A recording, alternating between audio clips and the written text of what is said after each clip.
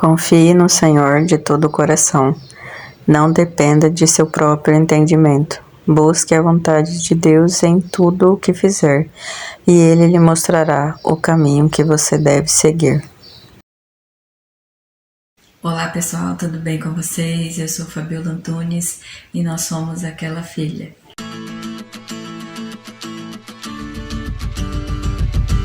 E aí, já fez esse devocional hoje? Nós começamos uma nova série de devocionais no livro de Atos.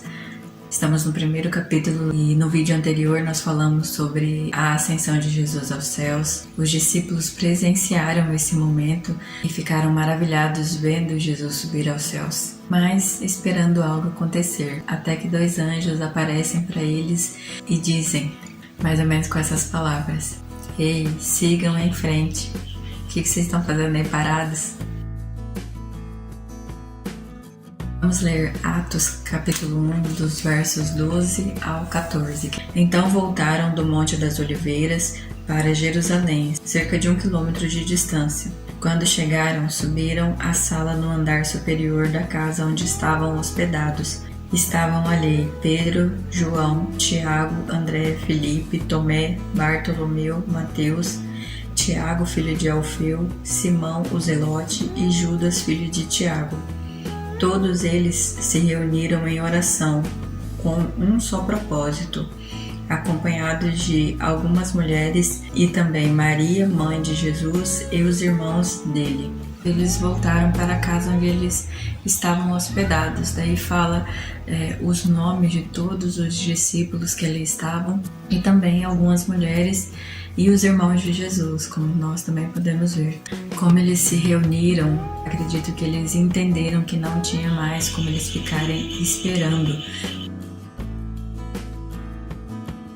Em Mateus 28, 19 e 20, o discípulo Mateus comenta que Jesus tinha deixado uma tarefa para seus discípulos. Vamos ler? Portanto, vão e façam discípulos de todas as nações, batizando-os em nome do Pai, do Filho e do Espírito Santo. Ensinem esses novos discípulos a obedecerem a todas as ordens que eu lhes dei. E lembrem-se disso, estou sempre com vocês até o fim dos tempos. O verso 14 de Atos já começa dizendo que eles estavam todos ali reunidos com um propósito, com o mesmo propósito, entender por onde eles deveriam começar ou o que eles deveriam fazer. A oração é você querer buscar conhecer quais são os propósitos de Deus, entregar para Ele os seus medos, os seus anseios e crer que Deus vai direcionar naquilo que nós precisamos fazer. Uma coisa que eu ouvia desde pequena na minha igreja: oração é orar com ação. E agora vem a ação, a parte da ação. Diante do verso 15 de Atos 1, vemos Pedro assumindo a liderança desse grupo, dos discípulos, dos seguidores de Jesus. E acredito que eles buscavam planejar como seguir em frente e não perder o foco que Cristo deixou para eles de pregar o evangelho para todo mundo. Pedro fala sobre a traição de Judas, que a sua traição já havia sido anunciada por Davi no Antigo Testamento, por intermédio do Espírito Santo. Podemos ver essas palavras de Davi em Salmos 41:9, 65:25 e 109:8. Essas palavras de Davi em Salmos faz menção a Judas, ao que Judas faria com Cristo. E Pedro diz que outro deveria ocupar o lugar de Judas. Atos 1, 21 e 22. Agora, portanto, devemos escolher um dentre os homens que estiveram conosco durante todo o tempo em que o Senhor Jesus andou entre nós, desde que foi batizado por João até o dia em que foi tirado do nosso meio e elevado ao céu. O escolhido se juntará a nós como testemunha da ressurreição.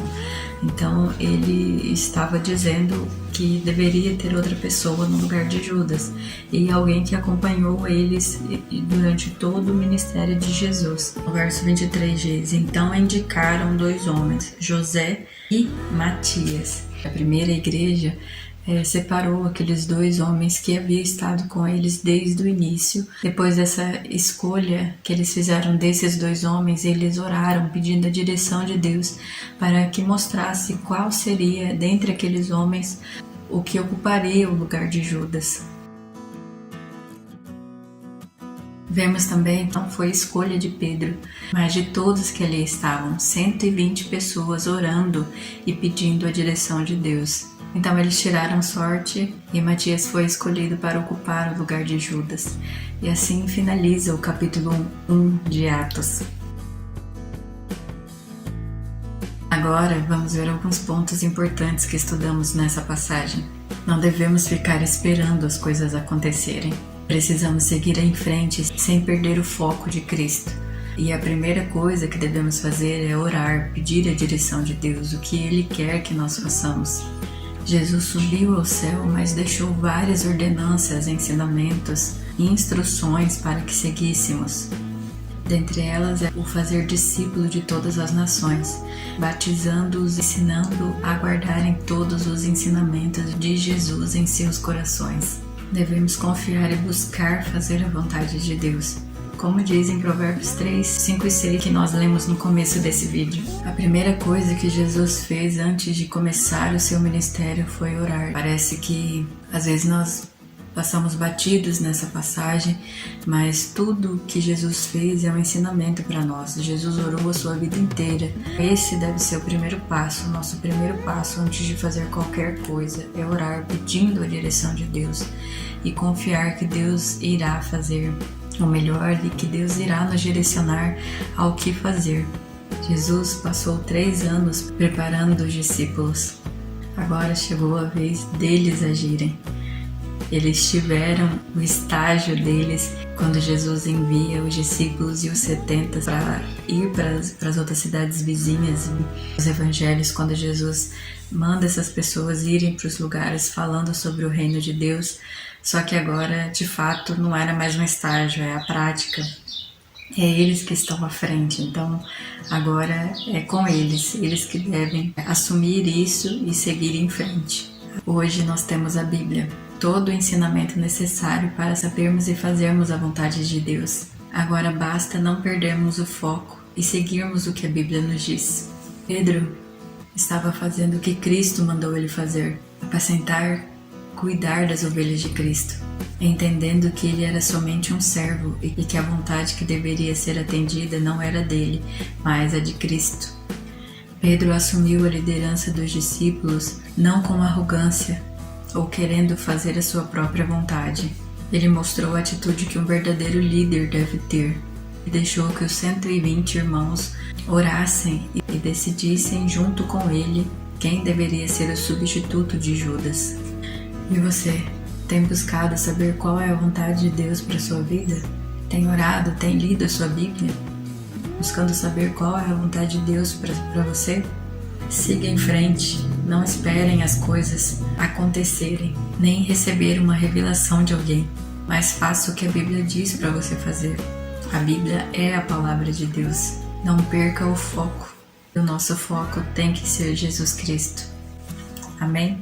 Não se esqueça de se inscrever nesse canal, ativar o sininho de notificações, curta, comenta, compartilha.